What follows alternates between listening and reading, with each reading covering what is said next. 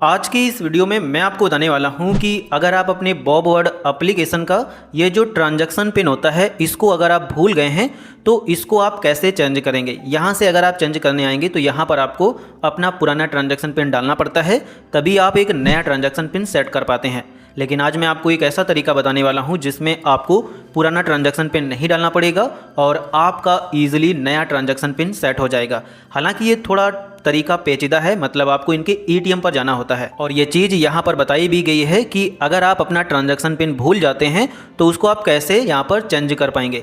तो इसको आप इंटरनेट बैंकिंग से, मतलब जो इनका नेट बैंकिंग होता है उससे यहाँ पर चेंज कर सकते हैं और साथ ही इनके एटीएम पर जा करके अपना यहाँ पर नया ट्रांजैक्शन पिन बना सकते हैं। क्या प्रोसेस होता है वो आपको यहाँ पर स्टेप्स बताई गई हैं, लेकिन आपको इनको देखने की कोई भी ज़रूरत नहीं है क्योंकि मैं आपको लाइव एटीएम पर चल करके सारा कुछ प्रोसेस बताने वाला हूँ और उसी को देख करके आप अपना ट्रांजैक्शन पिन तो यहाँ पर चेंज कर ही पाएंगे। साथ ही अगर आप अपना लॉगिन पिन भी भूल गए हैं तो उसमें भी आपको कोई टेंशन लेने की ज़रूरत नहीं है, आप अपना लॉगिन पिन भी फिर से नया बना पाओगे, आपको पुराना डालने की ज़रूरत नहीं पड़ेगी। तो कैसे सब कुछ करना है चलिए मैं आपको step by step process ATM पर चल के दिखा देता हूं। तो मैं यहां पर दोस्तों बैंक ऑफ बड़ौदा के एटीएम पर आ गया हूं और अब आपको यहां पर सिंपली क्या करना है कि अपने एटीएम के थ्रू बैंक ऑफ बड़ौदा के मोबाइल बैंकिंग से पहले डी रजिस्टर करना होगा। तो इसके लिए इस प्रकार से आप अपना एटीएम कार्ड पकड़ेंगे और मशीन में इंसर्ट कर देंगे। उसके बाद आपके कार्ड को प्रोसेस किया जाएगा और एप्लीकेशन टाइप चूज करने का ऑप्शन आएगा, तो आपको यहाँ पर डोमेस्टिक पर क्लिक करना है। उसके बाद आपको थोड़ा वेट करना है और अपनी लैंग्वेज सेलेक्ट करना है कि किस लैंग्वेज में आप इसको चलाना चाहते हैं।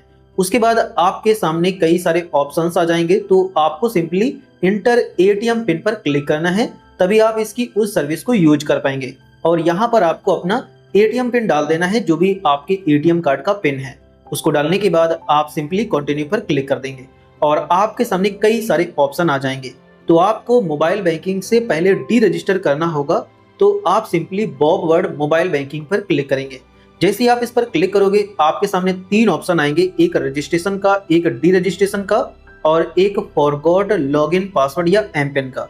तो आप यहाँ पर डी रजिस्ट्रेशन पर क्लिक करेंगे। जैसे ही आप डी रजिस्ट्रेशन पर क्लिक करो उसके बाद आपको अपना वो मोबाइल नंबर डाल देना है जो मोबाइल नंबर आपकी बैंक ऑफ बड़ौदा के अकाउंट में लगा हुआ है और उसको डालने के बाद आप प्रेस इफ करेक्ट पर क्लिक करेंगे। उसके बाद आपको अपना वही 10 डिजिट का मोबाइल नंबर यहाँ पर दोबारा डालना होगा और जैसे आप उसको दोबारा डालने के बाद प्रेस इफ करेक्ट पर क्लिक करोगे तो आपके सामने दो टाइप सेलेक्ट करने के ऑप्शन आ जाएंगे। बेसिकली आपको चूज करना होगा कि आपका सेविंग अकाउंट है या करंट अकाउंट है। तो मेरा यहाँ पर सेविंग अकाउंट है तो मैंने सेविंग अकाउंट पर क्लिक किया।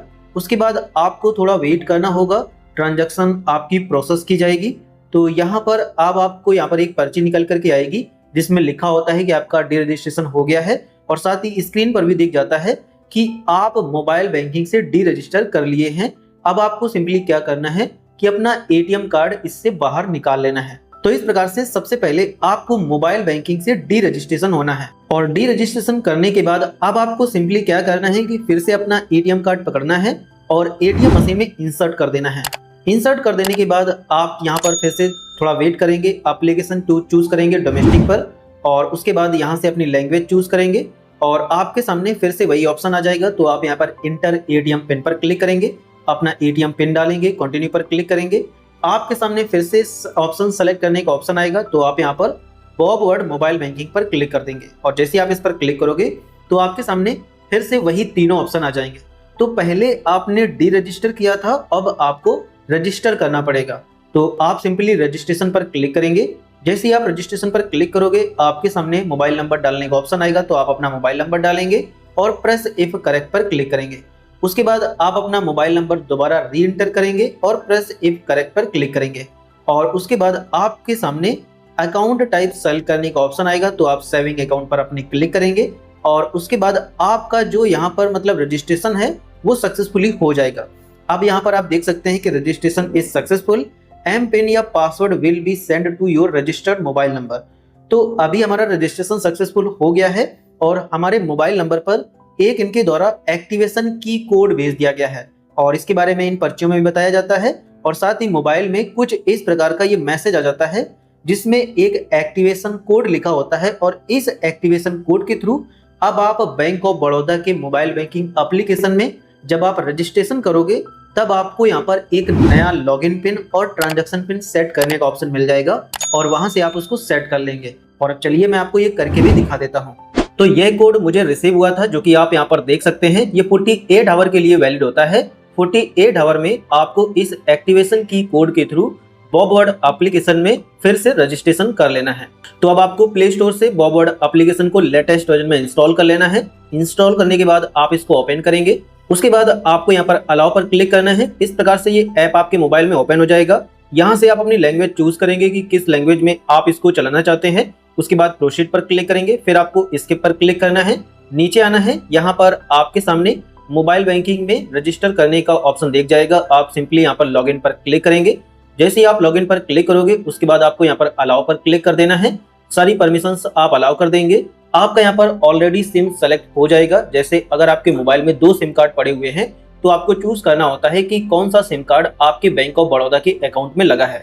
मेरे मोबाइल में एक ही सिम कार्ड पड़ा हुआ है और वही नंबर मेरे अकाउंट में लिंक है, तो मेरा यहाँ पर सिम सेलेक्ट हो गया है। इसके बाद आप यहाँ पर कंफर्म पर क्लिक करेंगे। जैसे ही आप कंफर्म पर क्लिक करोगे उसके बाद आपके नंबर को वेरीफाई किया जाएगा, जिसके लिए एसएमएस वगैरह उसमें जाता है और साथ ही वो सिम कार्ड इसी फोन में आपके पड़ा होना चाहिए। और उसके बाद आपका नंबर वेरीफाई हो जाता है। इस प्रकार से आपको आपका नंबर दिख जाता है। आप सिंपली यहाँ पर कंफर्म पर क्लिक करेंगे। जैसे आप कंफर्म पर क्लिक करोगे आपके नंबर पर 6 डिजिट का ओटीपी जाएगा, तो आपको वो ओटीपी डालना है और वेरीफाई पर क्लिक कर देना है। और उसके बाद आपके नंबर पर जो एक्टिवेशन कोड आया था वो कोड आपको यहाँ पर डाल देना है।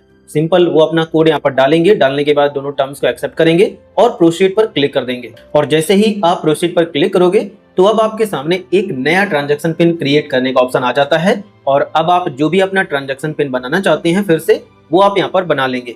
एक बार आपको यहाँ पर उसको डालना है। डालने के बाद आपको उसी को दोबारा डालना है और नेक्स्ट पर क्लिक कर देना है।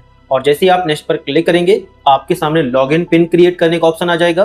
तो अब आपको जो भी लॉगिन पिन बनाना है वो लॉगिन पिन आप यहाँ पर डाल देंगे। एक बार आप उसको डालेंगे, कंफर्मेशन के लिए दोबारा डालेंगे, यहाँ पर इस पर टिक करेंगे और आगे आपको यहाँ पर सबमिट पर क्लिक कर देना है। और जैसे ही आप सबमिट पर क्लिक करोगे तो कांग्रेचुलेशन, आप इसमें सक्सेसफुली रजिस्टर कर चुके हैं और आपका ट्रांजैक्शन और लॉगिन पिन सक्सेसफुली सेट हो गया है।